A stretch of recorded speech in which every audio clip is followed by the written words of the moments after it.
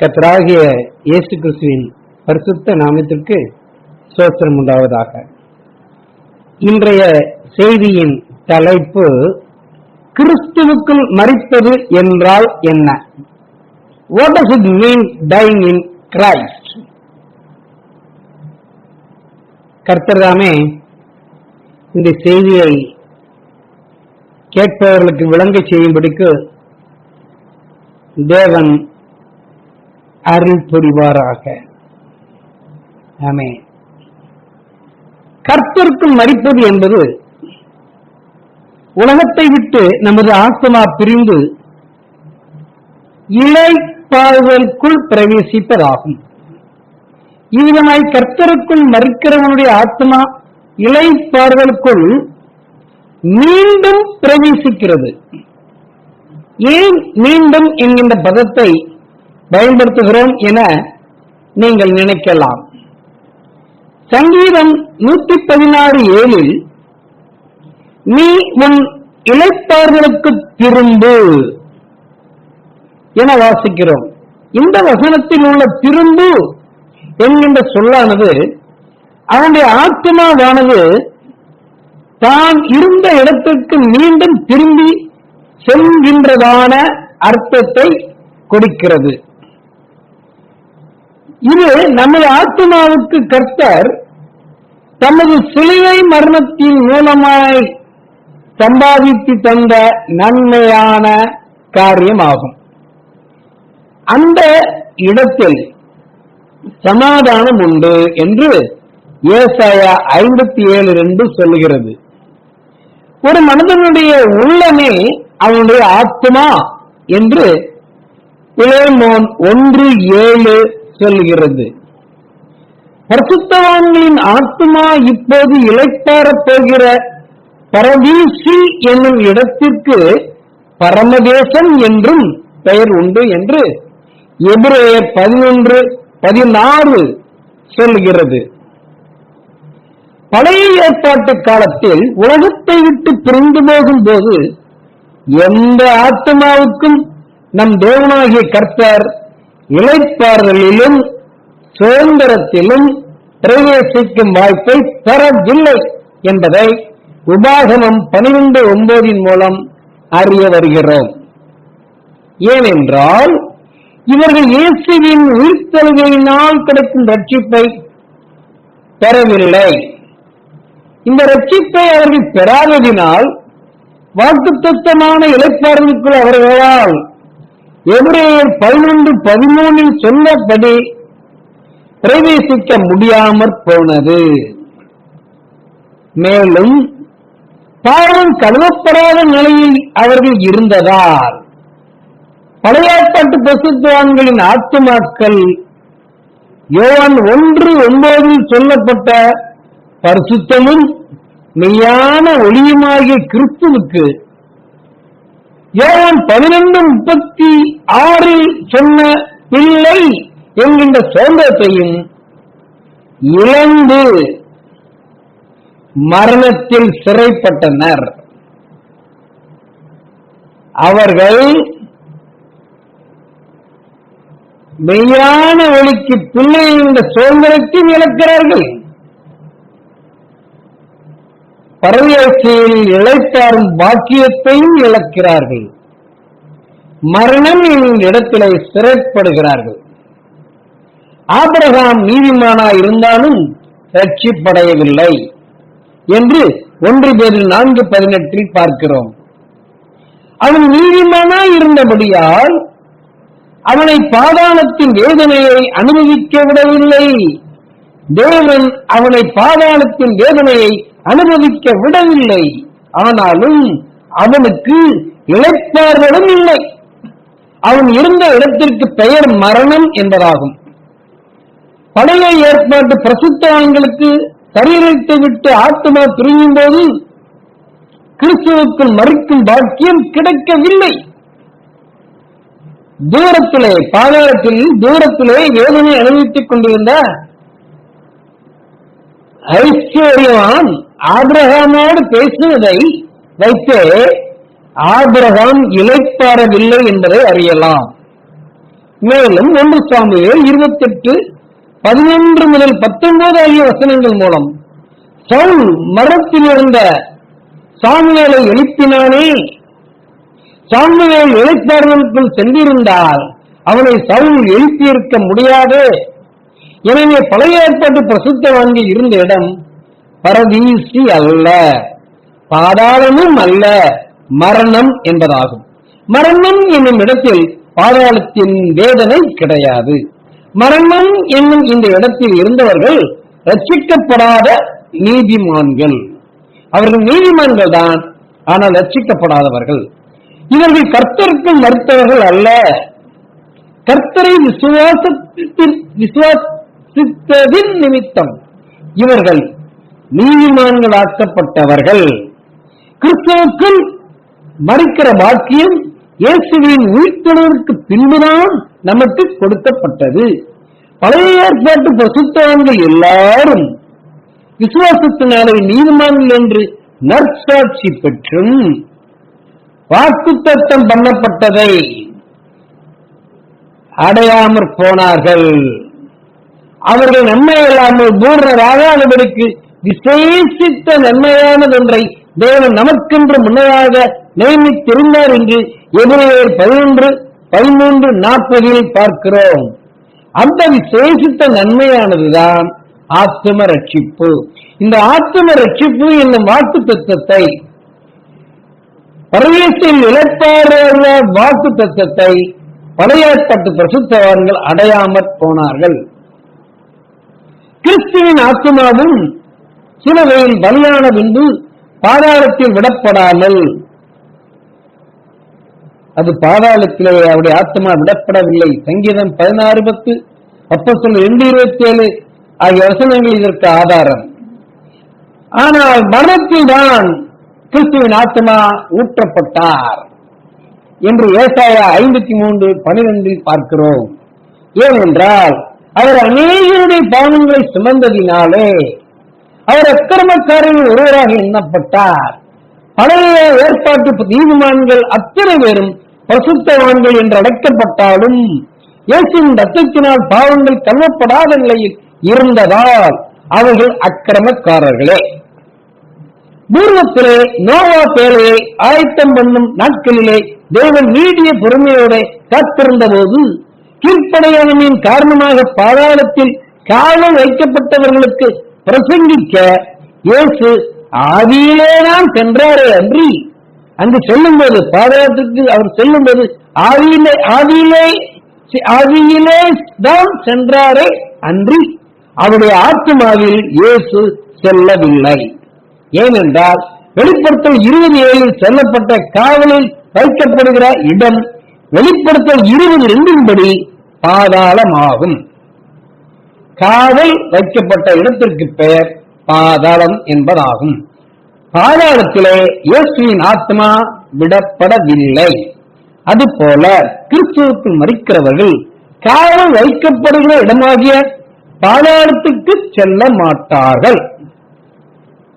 பழைய ஏற்பாட்டு காலத்திலே மரணம் என்னும் இடத்திற்கு ஒரு ஆத்மா சென்றாலும் அது மரணத்தை தான் சந்திக்கிறது.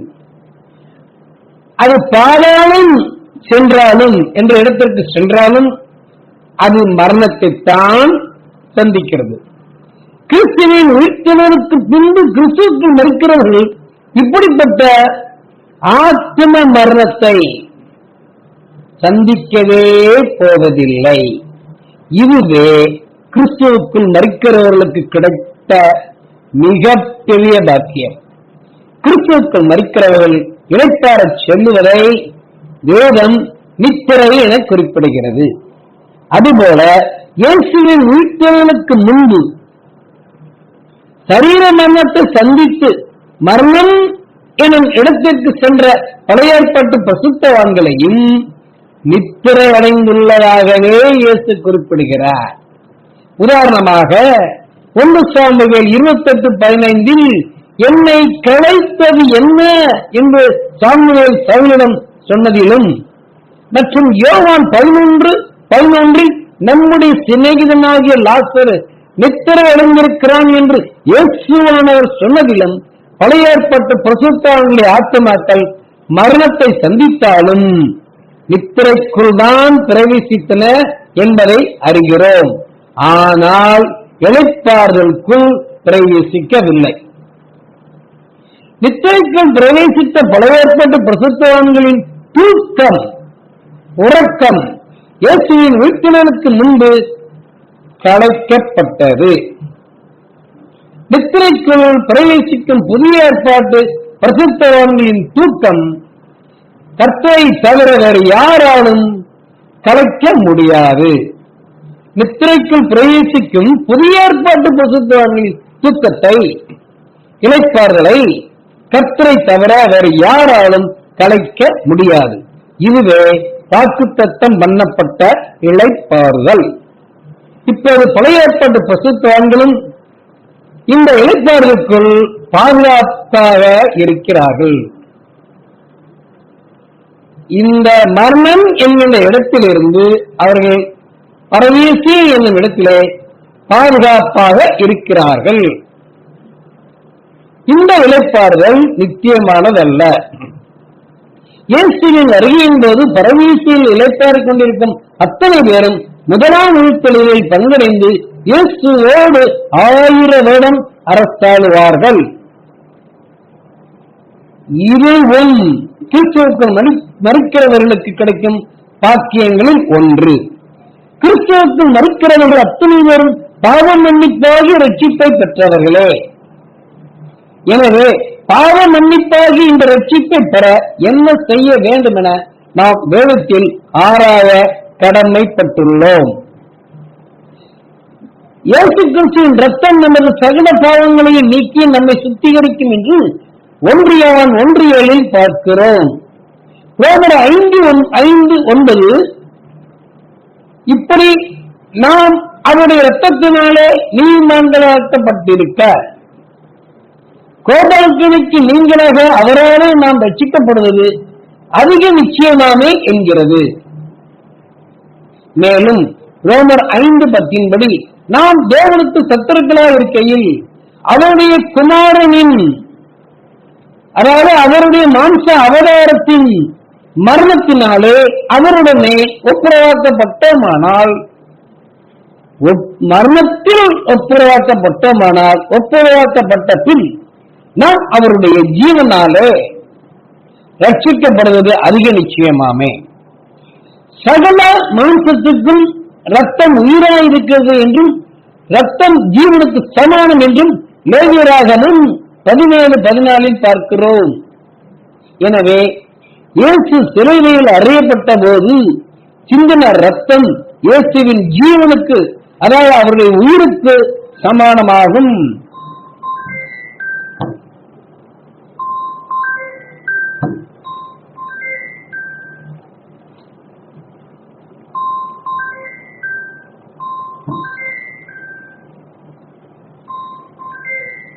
இயேசு தமது ஜீவனை, அதாவது தமது உயிரை, தமது ரத்தத்தை சிலுவையில் சிந்துவதன் மூலம் சர்வ லோகத்தின் பாவங்களும் நிவர்த்தி செய்யப்படும். எனவே நம்முடைய பாவங்களை மாத்திரமல்ல, சர்வ லோகத்தின் பாவங்களையும் நிவர்த்தி செய்கிற பலியாய் இருக்கிறார் என்று 1 யோவான் 2:2 பார்க்கிறோம். எனவே இயேசு நம்முடைய பாவங்கள் எல்லாவற்றையும் சிலுவையில் சுமந்து தீர்த்து விட்டார் என்று நம்பினாலே, விசுவாசித்தாலே போதும், நம்முடைய பாவங்கள் முழுவதும் கழுவப்பட்டு விடும் என்று சிலர் நினைக்கின்றனர். இது தவறு. பாவங்கள் முழுவதும் கழுவப்பட்டு விடும் என்று நினைப்பது தவறு. எரேமியா 6:16 சொல்லப்பட்டபடி வழிகளிலே நின்று பூர பாதைகள் எவை என்று கேட்டு விசாரித்து நல்ல வழி எங்கே என்று பார்த்து அதிலே நடவுங்கள், அப்பொழுது உங்கள் ஆத்மாவுக்கு இளைப்பாறுதல் கிடைக்கும் என்றல்லவா கர்த்தர் சொல்லுகிறார். நீங்களோ நாங்கள் அதிலே நடக்க மாட்டோம் என்கிறீர்கள். கிறிஸ்துவுக்கு மரித்தால் கிடைக்கும் பலன் என்ன என்பதை பார்த்தாவது ரட்சிப்புக்கேற்ற நல்ல வழியை கண்டுகொள்ள விரும்புங்கள். கிறிஸ்துவுக்குள் மரிக்கிறவர்களுக்கான பலன்கள் ஆவன. 1. முதலாம் உயிர்த்தெழுதலில் பங்குள்ளவர்களாவர். 1 தெசலோனிக்கேயர் 4:16. 2. 1000 வருடம் இயேசுவோடு அரசாளுவர். வெளிப்படுத்தல் 20:6. 3. ரட்சிக்கப்பட்டதால் புதிய எருசலேமாகிய பரிசுத்த நகரத்தில் பிரவேசிப்பார்கள்.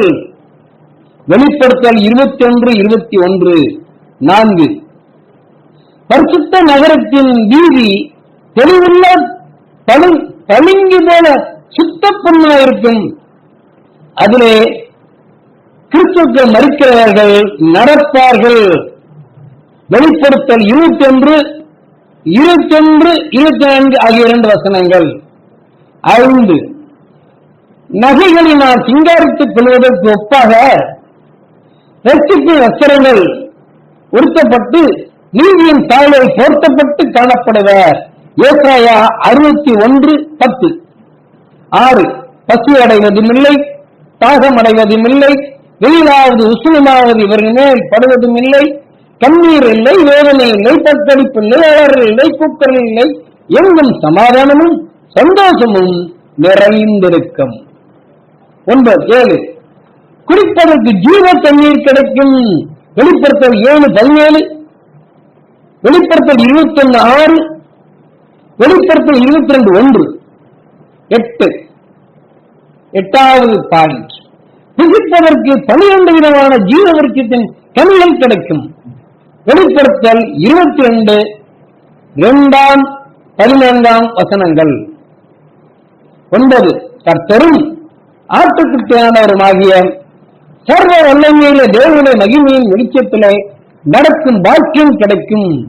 வெளிப்படுத்தல் 21, 22 முதல் 24 வரை உள்ள வசனங்கள்.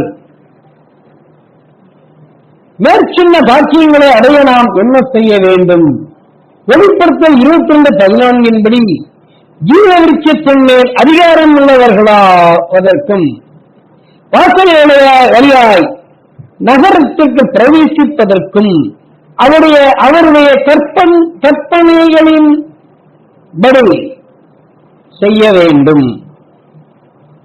மத்தேயு 11:29 நான் சாந்தமும் மனத்தாழ்மையுமாயிருக்கிறேன், என் முகத்தை உங்கள் மேல் ஏற்றுக்கொண்டு என்னிடத்தில் கற்றுக்கொள்ளுங்கள், அப்பொழுது உங்கள் ஆத்துமாக்களுக்கு இளைப்பாறுதல் கிடைக்கும் என்று இயேசு சொல்லுகிறார். எபிரேயர் 3:18 இன்னும் என்னுடைய இளைப்பாறுதலில் பிரவேசிப்பதில்லை என்று அவர் யாரை குறித்து ஆணையிட்டார்? கீழ்ப்படியாதவர்களை குறித்தல்லவா?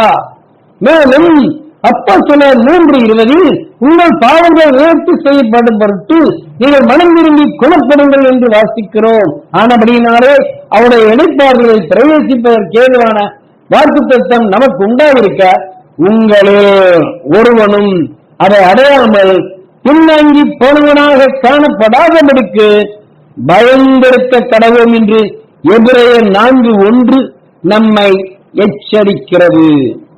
ஜீவனுக்கு ஏதுவான மனம் திரும்பலையும் பாவம் மன்னிப்பையும் கர்த்தராகிய இயேசு கிறிஸ்து என்னும் தமது நாமத்தினாலே தேவன் பிரஜாராகிய நாம் அனைவருக்கும் அப்போஸ்தலர் 11:18 லூக்கா 24:47 படி அருள் செய்யும்படிக்கு அவருடைய நாமத்திற்கு நம்முடைய முழங்கல்களை பிலிப்பியர் 2:10 படி முடக்க வேண்டும். அதாவது அவருடைய நாமத்திற்கு நாம் கீழ்ப்படிய வேண்டும். கீழே நாங்கள் சொல்லுகிற ஜீவனுக்கேயான கடிந்து விடுதலை, இனி நாங்கள் சொல்ல போகிற ஜீவனுக்கேயான கடிந்து விடுதலை ஏற்றுக்கொள்கிறவன் நீதிமொழிகள் 15:31 படி ஞானம் உள்ளவன். 2 கொரிந்தியர் 2:15-16 ஆகிய வசனங்களில் சொல்லியபடி ரட்சிக்கப்படுகிறவர்களுக்குள்ளேயும் கெட்டு போகிறவர்களுக்குள்ளேயும் நாங்கள் தேவனுக்கு கிறிஸ்துவின் நற்கண்டமாயிருக்கிறோம். கெட்டு போகிறவர்களுக்குள்ளே மரணத்துக்கு ஏதுவான மரண வாசனையாகவும் ரட்சிக்கப்படுகிறவர்களுக்குள்ளே ஜீவனுக்கு ஏதுவான ஜீவ வாசனையாகவும் இருக்கிறோம். இவைகளை நடத்திக்கிறதற்கு தேவன் தகுதியானவன். அதாவது எங்களுடைய போதனை கெட்டு போகிறவர்களுக்கு கசப்பாகவும் ரசிக்கப்படுகிறவர்களுக்கு தேனாமிரமாகவும் இருக்கிறது. இவர்களாய் நாங்கள் நற்கண்டமாயும் ஜீவ வாசனையாகவும் உங்களுக்குள்ளே இருக்க எங்கள் போதனையை கேட்கிற உங்களையும் போதிக்கிற எங்களையும் கர்த்தர் தகுதிப்படுத்துவாராக. ஆமென். ரட்சிப்படைந்து கிறிஸ்துவுக்குள் மறுக்க தேவையான வேத போதனைகள் சிலவற்றை பார்ப்போம். வேத வாக்கியத்தை ஆராய்ந்து பார்த்து நற்குணசாலியாகிக் கொள்ள வேண்டும் என்று அப்போஸ்தலர் 17:11 மூலம் அறிய வருகிறோம். வேத வாக்கியங்களில் இடைச்செருகல்களும் நீக்குதல்களும் சாத்தானின் தூண்டுதலால் நடைபெற்றிருக்க வாய்ப்பு உண்டு என்பதை வெளிப்படுத்தல் 22:18-19 ஆகிய வசனங்கள் மூலம் தெரிகிறது. அதை சாத்தானின் தூண்டுதலால் எச்சரிக்கப்பட்ட பகுதிதானா அல்லது நீக்கப்பட்டுள்ள பகுதிதானா என்பதை கண்டறிய கீழே கொடுத்துள்ளபடி வேதத்தில் ஆராய்ந்து அறிந்து சத்தியம் என்ன என்பதை புரிந்து அதன்படி செயல்பட வேண்டும். இதை வைத்து எந்த வசனத்தை தான் நம்புவது என்று நாம் வேதத்தை குறை கூறக்கூடாது. எது சத்தியம் என்பதை வாங்கியோடு தேடுகிற நமக்கு வேற ஆவியானவர் நிச்சயமாக சத்தியம் எது என காண்பித்துக் கொடுத்தார். அப்போது சத்தியத்தை யோவான் 8:32 படி அறிய வருவோம். சத்தியம் நம்மை விடுதலையாக்கும். யோவான் 16:13 படி பரிசுத்த ஆவியானவரை சகல சத்தியத்திற்குள்ளும் நம்மை நடத்துவார். இப்படிப்பட்ட வழிநடத்துதல் பெந்தெகோஸ்தே நாளுக்கு முன்னதாக இல்லை என்பதையும் பெந்தெகோஸ்தே நாள் என்று பரிசுத்த ஆவியினால் நிரம்பி அப்போஸ்தலனாகிய பேதுரு பேசியது பரிசுத்த ஆவியானவரின் வழிநடத்துதலின் துவக்கம் என்பதையும் ஆரம்பம் என்பதையும் பரிசுத்த ஆவி உங்களுக்கு வரும்போது நீங்கள் பயனடைந்து எருசலேமிலும் யூதேயா முழுவதிலும் சமாரியாவிலும் பூமியின் கடைசி வரைந்தும் எனக்கு சாட்சிகளாயிருப்பீர்கள் என்று இயேசு அப்போஸ்தலர் 1:8 சொன்னதிலிருந்து அறிந்து கொள்ளலாம்.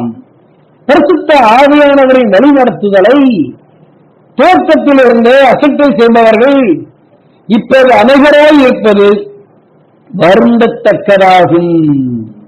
சத்தியத்தை அறிகிற பலன் பரிசுத்த ஆவியானவரின் மூலம்தான் கிடைக்கும். பரிசுத்த ஆவியானவர் சொல்லும் சத்தியத்தை நாம் விசுவாசிக்க வேண்டும். அப்போது 1 பேதுரு 1:9-10 ஆகிய வசனங்களின்படி பரிசுத்த ஆவியானவரின் வழிநடத்துதலின் மீதான நமது விசுவாசத்தின் பலனால் நாம் ஆத்ம ரட்சிப்பை அடையலாம். நமக்கு உண்டான இந்த கிருபையை குறித்து தீர்க்க தரிசனம் சொன்ன தீர்க்கதரிசிகளைப் போல நாமும் இந்த ரட்சிப்பை குறித்து கருத்தாய் ஆராய்ந்து பரிசோதனை பண்ணி அதை பற்றிக் கொள்ள அதிக ஜாக்கிரதையாய் இருக்க வேண்டும். ஒருவன் கிறிஸ்துக்கள் மறுக்க வேண்டும் என்றால் அவன் சரீர மரணத்தை சந்திக்கும் முன்னதாக கிறிஸ்துவுக்குள் இருக்க வேண்டும். கர்த்தரின் நாமம் பலத்த துருகம் என்று நீதிமொழிகள் 18:10 பார்க்கிறோம். கர்த்தராகிய இயேசு கிறிஸ்து என்பதுதான் கர்த்தருடைய நாமம். இந்த ஒரே நாமமே அப்போஸ்தலர் 4:12 படி நமக்கு ரட்சிப்பை தரும் பாதுகாப்பான நாமம் ஆகும். இந்த நாமத்தை 1 தீமோத்தேயு 3:16 சொல்லப்பட்டபடி மாம்சத்தில் வெளிப்பட்ட தமது அவதாரத்துக்கு, அதாவது இன்கார்னேட்டட் ஃபிளஷ், இந்த அவதாரத்திற்கு பிலிப்பியர் 2:11 படி தேவன் தமது எல்லா நாமங்களுக்கும் மேலான நாமமாக கொடுத்துள்ளார். இயேசு கிறிஸ்து என்னும் இந்த நாமத்தை கொடுத்துள்ளார். எரேமியா 23:6 மற்றும் 33:16 இவரை வாசிக்கிறோம். அவர், அதாவது இரட்சகராகிய இயேசுவின் நாட்களில் யூதா ரட்சிக்கப்படும், இஸ்ரவேல், அதாவது எருசலேம் சுயமாய் வாசம் பண்ணும், அதாவது இஸ்ரவேலை இளைப்பாறுதலுக்குள் பிரவேசித்து சுயமாயிருப்பார்கள். அவருக்கு இடும் நாமம் நமது நீதியாயிருக்கிற கர்த்தர் என்பதே. பிதாவாகிய தேவன் தமது அவதாரத்திற்கு இட்ட நாமம் பிதாவின் நாமம் என்பதை இதிலிருந்து அறிந்து கொள்ளுகிறோம்.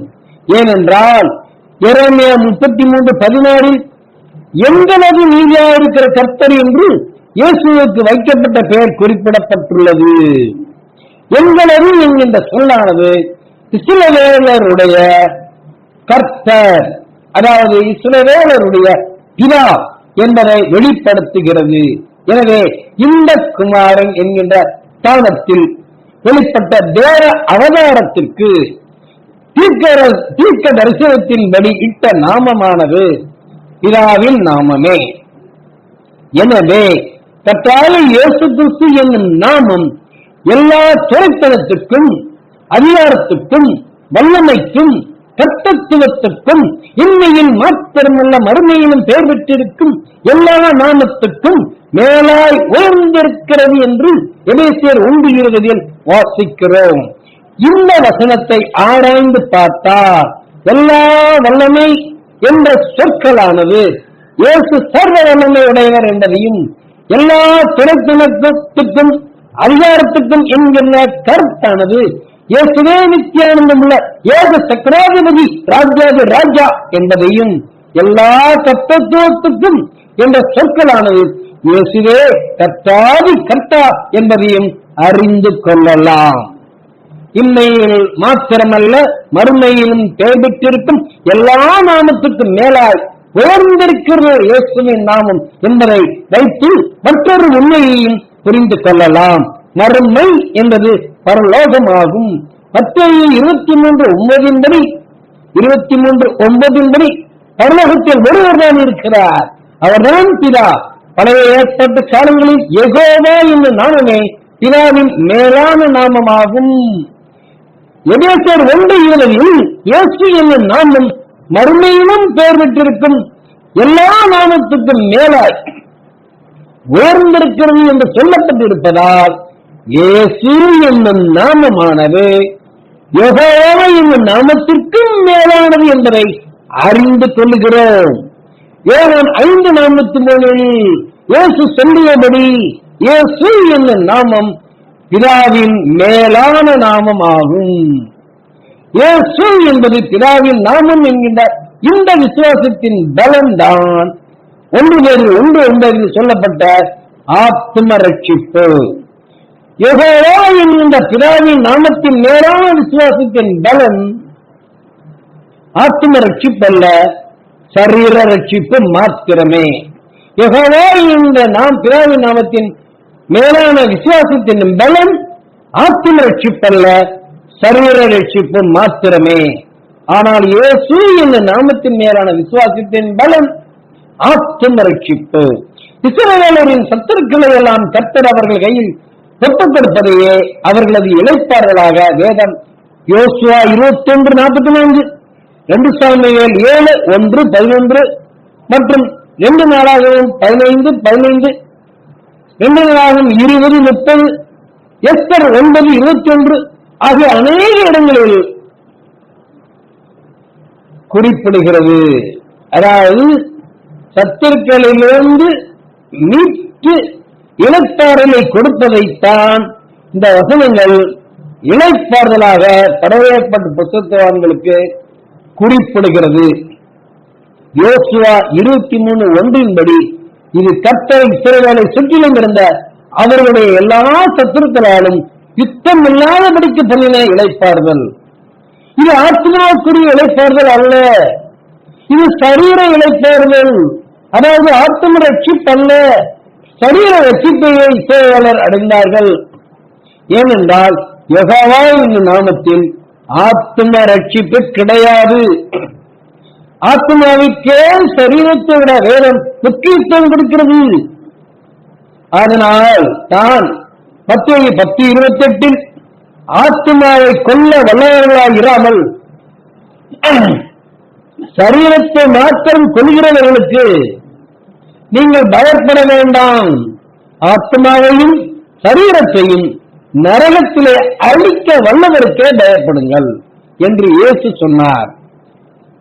கொல்லுகிறவர்களுக்கு, கொலை செய்கிறவர்களுக்கு, கொல்லுகிறவர்கள் மாம்ச சரீரத்தை மாத்திரம்தான் கொள்ளுவார்கள், கொலை செய்வார்கள். ஆனால் ஆத்மாவையும் ஆவின் சரீரத்தையும் நரகத்திலே அழிக்க, அதாவது இரண்டாம் மரணமாகிய அக்கினி கடலுக்குள் தள்ளிவிட சக்தி பெற்றவர் கர்த்தராகிய இயேசு கிறிஸ்து ஒருவரே. கிறிஸ்துவுக்குள் மரித்தவர்களே இந்த அழிவுக்கு தப்ப முடியும். அதாவது மத்தேயு 10:22, மத்தேயு 24:13, மார்க் 13:13 ஆகிய வசனங்களின்படி முடிவு வரை என்னும் கர்த்தருக்குள் நிலைநிற்பவனே இறுதி ரட்சிப்பை அடைவான். அப்போது நாமே எபிரேயர் 3:6 சொல்லப்பட்டபடி இயேசுவின் வீடாயிருப்போம்.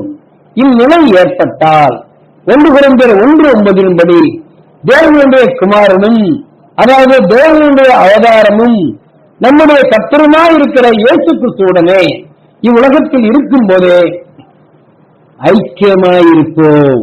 உயிரோடு உலகத்தில் வாழும் போதே கிறிஸ்துவோடு ஐக்கியமாயிருப்போம். இதுவே கிறிஸ்துவுக்குள் வாழும் விதமாகும். இந்த உலகில் கிறிஸ்துவுக்குள் வாழும் விதமாகும். நாம் கிறிஸ்துவுக்குள் இருந்தால் ரோமர் 6:11 நாம் நம்மை பாவத்திற்கு மரித்தவர்களாகவும் நம்முடைய கர்த்தராகிய இயேசு கிறிஸ்துவுக்குள் தேவனுக்கென்று பிழைத்தவர்களாகவும் எண்ணிக்கொள்ள வேண்டும். 1 கொரிந்தியர் 1:5 சொல்லியுள்ளபடி நாம் கிறிஸ்துவுக்குள்ளாய் எல்லா உபதேசத்திலும், எல்லா அறிவிலும் மற்ற எல்லாவற்றிலும் சம்பூர்ணமுள்ளவராக்கப்பட்டிருக்க வேண்டும். அதாவது 1 தீமோத்தேயு 4:16 சொல்லியபடி உன்னை குறித்தும் உபதேசத்தை குறித்தும் எச்சரிக்கையாயிரு, இவைகளில் நிலைவந்திரு. இப்படி செய்வாயானால் உன்னையும் உன் உபதேசத்தை கேட்கிறவர்களையும் ரட்சித்துக் கொள்வாய்.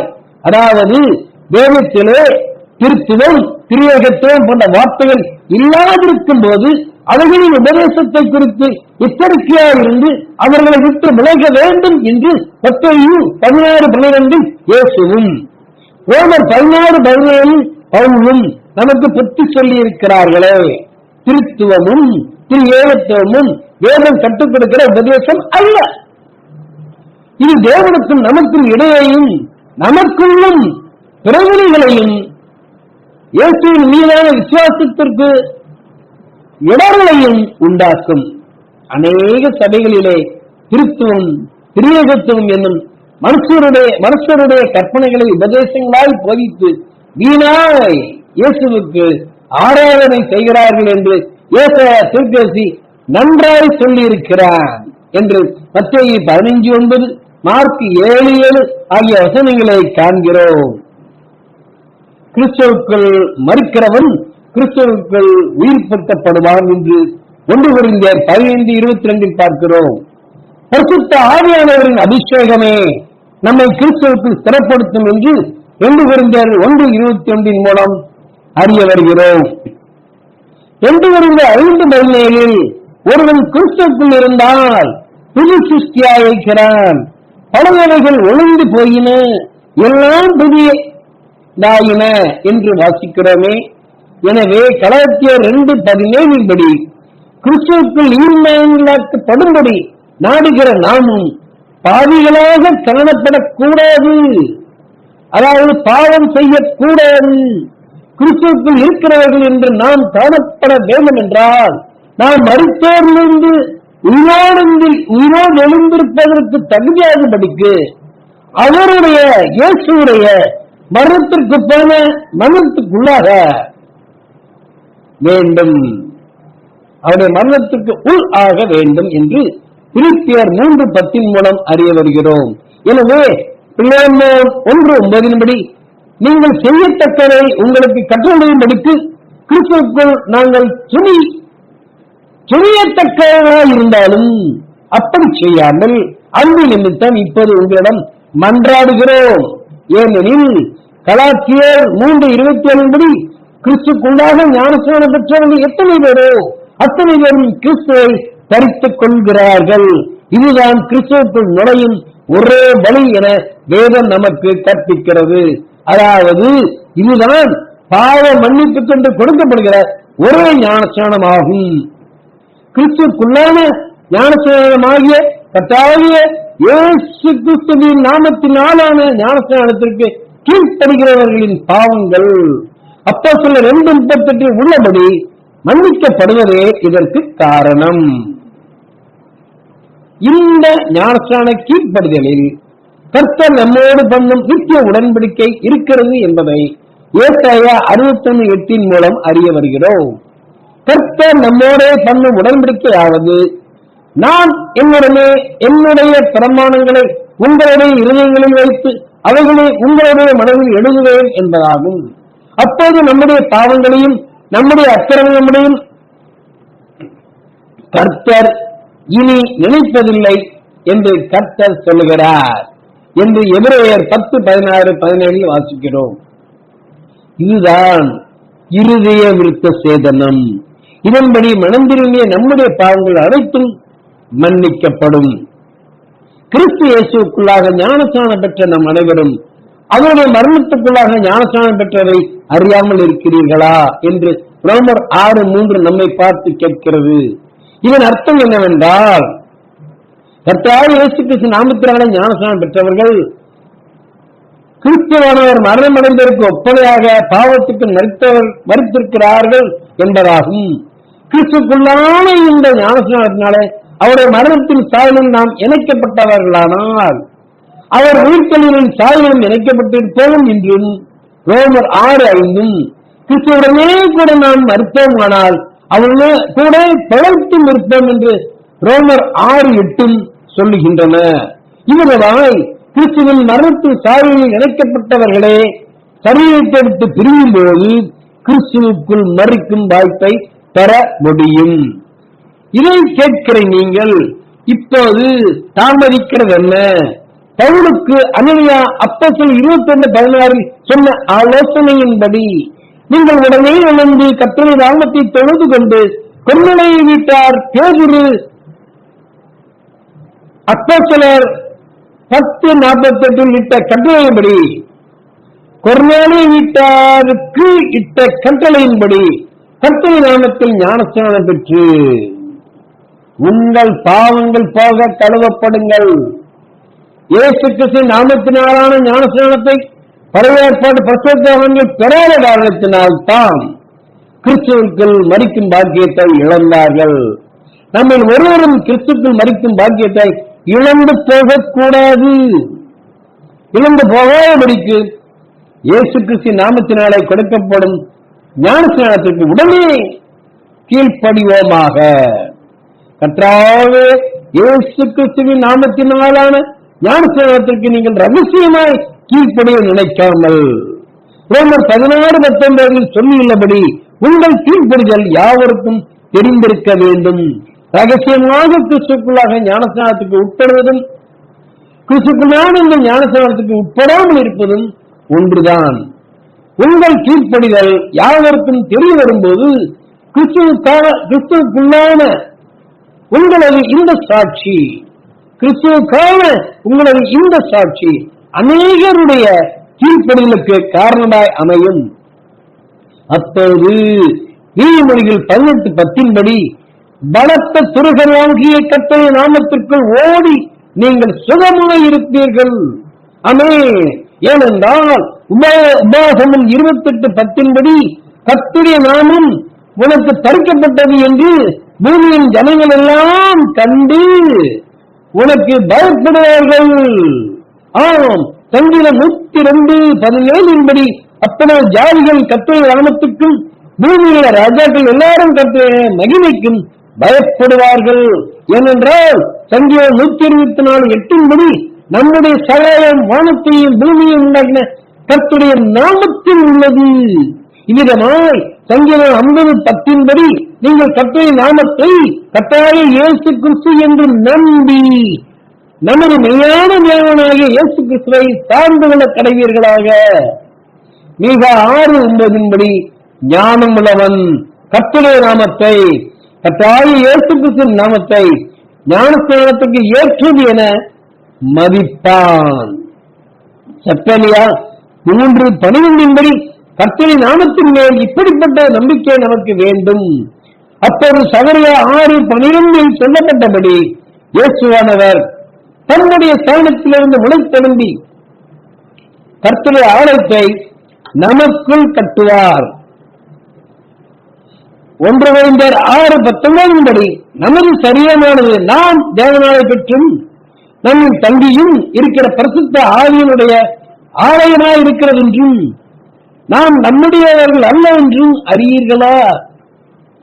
இந்த நம்பிக்கையினாலே உண்டாகும் தைரியத்தையும் மேன்மை பாராட்டலையும் முடிவரை நம் உறுதியாய் எபிரேயர் 3:6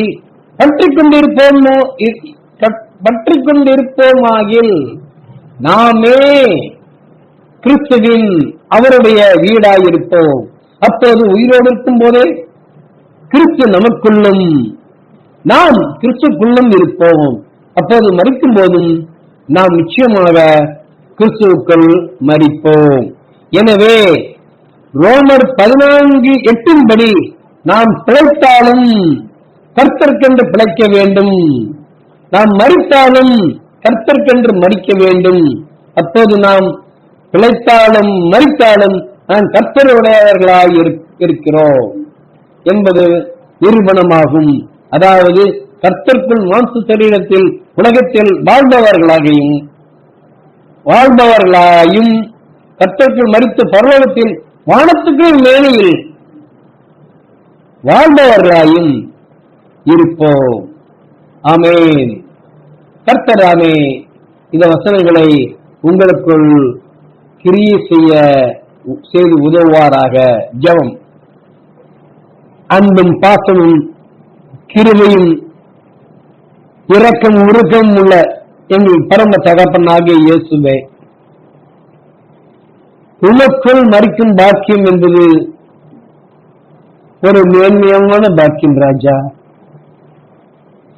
நீர் உமக்குள் மரிக்க வேண்டும் என்றால் நீர் என்ன எங்களுடன் பரிசுத்தை எதிர்பார்க்கிறீர், எங்கள் பாவங்கள் கழுவப்பட வேண்டும் என்று எதிர்பார்க்கிறீர். நாங்கள் உண்மை பரமபிதா என்று விசுவாசிக்க வேண்டும். நீரே சர்வ எல்லையுள்ள நித்தியானந்த ஏக சக்கராதிபதி, கர்த்தாதி கர்த்தா, ராஜாதி ராஜா, ஒருவராலும் நெருங்க முடியாத சேரக்கூடாத ஒளியிலே வாசம் பண்ணுகிறவர், ஒருவராலும் கண்டிராதவர், ஒருவரும் கண்டிராதவர், மெய்யான தெய்வம், சர்வ உள்ள தேவன் என்பதை நாங்கள் விசுவாசிக்க வேண்டும் என்பதையெல்லாம் நீ எதிர்பார்க்கிறீர். எங்களை மனம் திரும்புதலை நீ எதிர்பார்க்கிறீர்.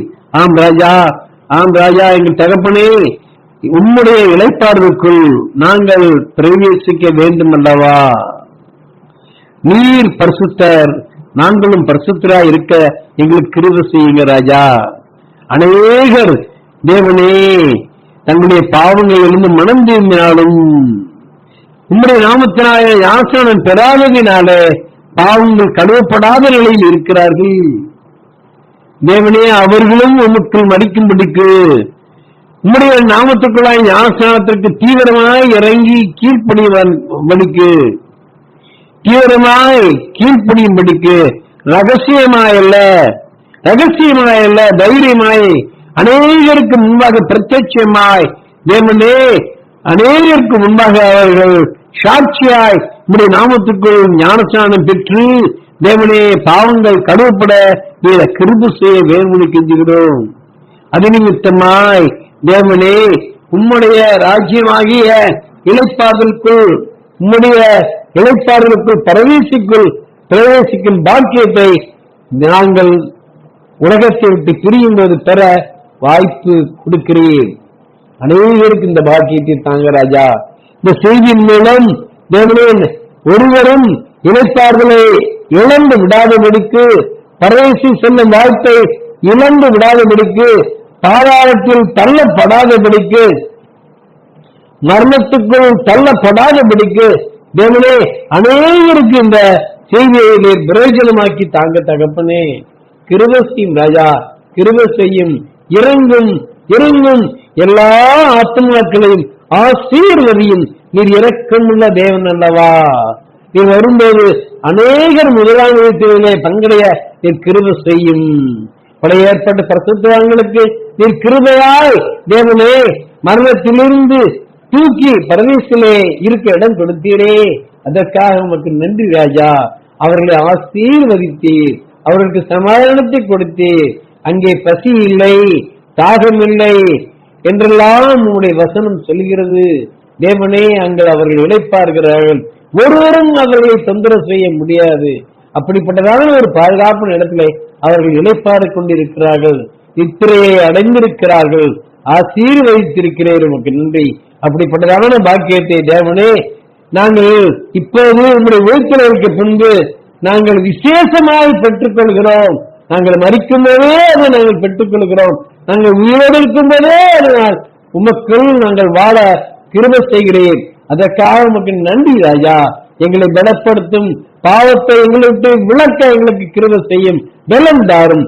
கர்த்தராகிய இயேசு கிறிஸ்துவின் பரிசுத்த நாமத்திலே வேண்டிக் கொள்கிறோம் பரலோகத்தின் பிதாவே, ஆமென்.